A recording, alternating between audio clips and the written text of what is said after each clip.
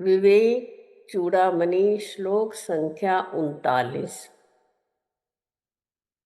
शांता महान्तो निवसन्ति संतो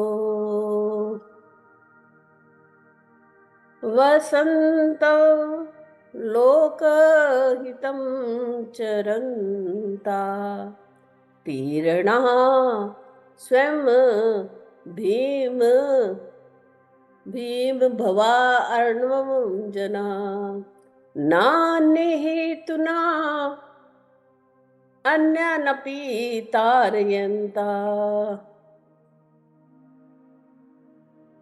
शांता महान्तो निवसन्ति संतो। ये सब संतों के महापुरुषों के विशेषण आए हैं इस पहली लाइन में। कहते हैं जो अति शांत है, बहुत शांत होता है। अब शांत किसको कहते हैं? जिसके मन में पूर्ण रूप से शांति हो, बिल्कुल हलचल ना हो, वो व्यक्ति शांत होता है। जैसे कि आप प्राणायाम करते समय या व्यायाम करते समय, आप प्राणायाम करते समय आप सावधान होकर, आपको गुरु कहता है बिल्कुल सीधे होकर बैठ जाइए। आप सीधे होकर बैठ जाते हैं, गर्दन सीधी रखिए, सब कुछ ऐसा ही कर लेते हैं, परंतु ये शांत नहीं है। शांत आपके मन में, अगर आपने अपनी स्थूल देह को शांत कर लिया, परंतु आपके जो मन में विचार उठ रहे हैं, क्या वो स्थूल देह को शांत करने से रुक जाएंगे? कोई बोलेगा? रुक जाएंगे? किसी को ऐसा अनुभव हो, अगर हम ऐसे सीधे होकर बैठ जाएं? नहीं, बिल्कुल नहीं। नहीं रुकते ना। तो यानी कहीं ना कहीं हमारे अंतःकरण वहां पे कार्य कर रहा है। यानी हमारे स्थूल शरीर में मन बुद्धि है, वो कार्य कर रही है, हृदय देश में हलचल मची हुई है। परंतु जो संत महात्मा होते हैं वो कैसे होते हैं? एकदम शांत होते हैं। उनका ये स्थूल देह भी शांत होता है और उनका सूक्ष्म अंतःकरण भी शांत होता है। जिसका स्थूल देह और अंतःकरण शांत हो जावे, वो ही असली रूप में शांत होता है। बाकी सब अशांत ही हैं इस संसार में। शांतो महान तो महान तो महान है, जो महान है अंत जिसका, यानी जिसका हर कार्य का अंत महानता में ही हो, वो हो गया महाअंत। महांत, उसके हर कार्य में महानता है, ऐसा भी बोल सकते हो। जो जिसका हर कार्य महान है, जो हमेशा शांत रहता है, दोनों देहों से शांत होता है, अंतःकरण से शांत होता है, और तत्पश्चात उसको कहते हैं महान अंत वाला, यानी कि महान पुरुष। निवसंती, निवसंती मैंने निवास। वो कैसे रहता है? निवसंती संतो, वो संत किस प्रकार संसार में रहता है? पहली लाइन का कहने का तात्पर्य है कि एक क्वेश्चन है किस्म का,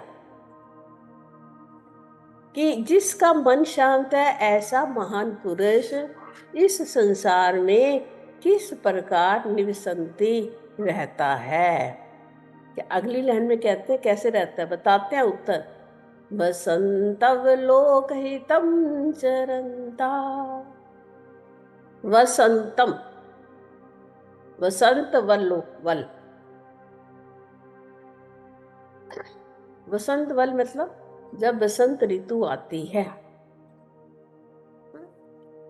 जैसे बसंत ऋतु जब आती है सबका हृदय खिल उठता है, आता ना, सबसे अच्छी ऋतु होती है वसंत ऋतु। तो जैसी बसंत ऋतु आती है, संसार के सभी प्राणी, जीव जंतु, पशु, सब पक्षी सब खुश होते हैं, बसंत आ गया है ना। फूल भी खुश होते हैं बसंत ऋतु में, फूल बहुत मिलते, यानी जितनी प्रकृति है वो बड़ी ही लोकप्रिय सी हो जाती है। लोकप्रिय, लोग उसको पसंद करते हैं ना बसंत ऋतु को। कहते लोक हितब चरंता, इसी प्रकार जो महान पुरुष हैं वो संसार में लोक हित करने के लिए, लोगों का कल्याण करने के लिए चरंता मैंने चरती मैंने संसार में चलते फिरते हैं या रहते हैं। बात समझ आई?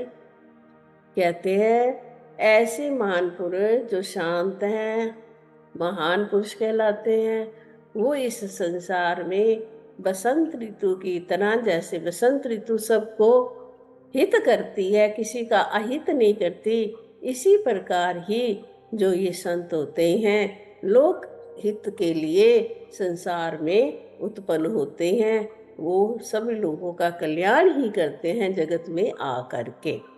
2 लाइनें समाप्त हुई। तीसरी लाइन पे हम आते हैं। तीरणा स्वयं, तीरणा मैंने तर जाते हैं स्वयं, इस भव सागर को स्वयं तो तर जाते हैं वो, जिनका अस्तित्व इतना बढ़िया है। भीम भवार्णव जना, भीम मैंने भयंकर, अर्णव होता है अर्णवम जला, सागर अर्णव होता है जहाँ पे जल होता है, उसको कहते हैं अर्णव यानी कि सागर। वो स्वयं तो भयंकर सागर से क्या तीर्णा हो चुके हैं, अपने आप तो इस संसार रूपी सागर से उतर चुके हैं और दूसरों के लिए भी कोशिश कर, तभी तो लोक हित कर रहे हैं ना। ना अन्य हेतु ना, उनके पास इस संसार में दूसरा कोई हेतु नहीं है, यानी वो संसार में आए इसलिए, जी भी इसलिए, लोगों के हित के लिए। उनका संसार में और कोई कर्म नहीं है और कोई कर्तव्य नहीं है, उनका कोई हेतु नहीं है इस संसार में। और हमारे हेतु है ना, हम कहते हैं हम आया, पहले तो हम कहते हैं हम ब्रह्मचर्य में थे तो हम पढ़ाई कर रहे थे भाई, अब हम गृहस्थ में आए, अपने गृहस्थ का पालन पोषण करेंगे। तत्पश्चात वानप्रस्थ मार्ग को भगवान ने जो कहा वो हम करते नहीं है। परंतु महान पुरुष होते हैं, कोई उनका हेतु नहीं है संसार में, ना उन्होंने कुछ करना है, ना किसी के साथ लोभ, ना मोह, ना 5 विकारों से दूर हो चुके होते हैं। और लोभ मोह अहंकार जो है सब परमात्मा के लिए होता है उनका, यानी उनको सदा परमात्मा के गुणगान करने का लोभ होता है कि मैं फटाफट परमात्मा का गुणगान करूं। और अन्य जनों को भी क्या करते हैं, संसार रूपी सागर से पार कराते हैं। और तारयंता, देखा नाने हेतु, उनका अपने आप कोई हेतु होता है ना, अपी ना मैंने नहीं है, अपी मैंने भी, और भी क्या करते हैं, तारयंता लोगों को तारते हैं। जिस भी शब्द का अर्थ ना हो वो मुझसे पूछ सकते हैं, चाहे अब पूछ लो चाहे कभी बाद में पूछ लो, क्योंकि यहाँ शब्द के अर्थ से ही सारा कुछ ये होता है कि नीचे ऊपर लाइनें लिखी होती हैं, परंतु मैं आपको शब्द से शब्द बताती हूँ, इसलिए मेरे जो होता है ना थोड़ा वो हो जाता है, आगे पीछे हो जाती है चीज़ें। अगर मैं आपको सीधा अर्थ बता दूँ तो आपको समझ में ठीक से नहीं आएगा, अर्थ से अर्थ समझेंगे तो आपको सही से समझ आएगा। हर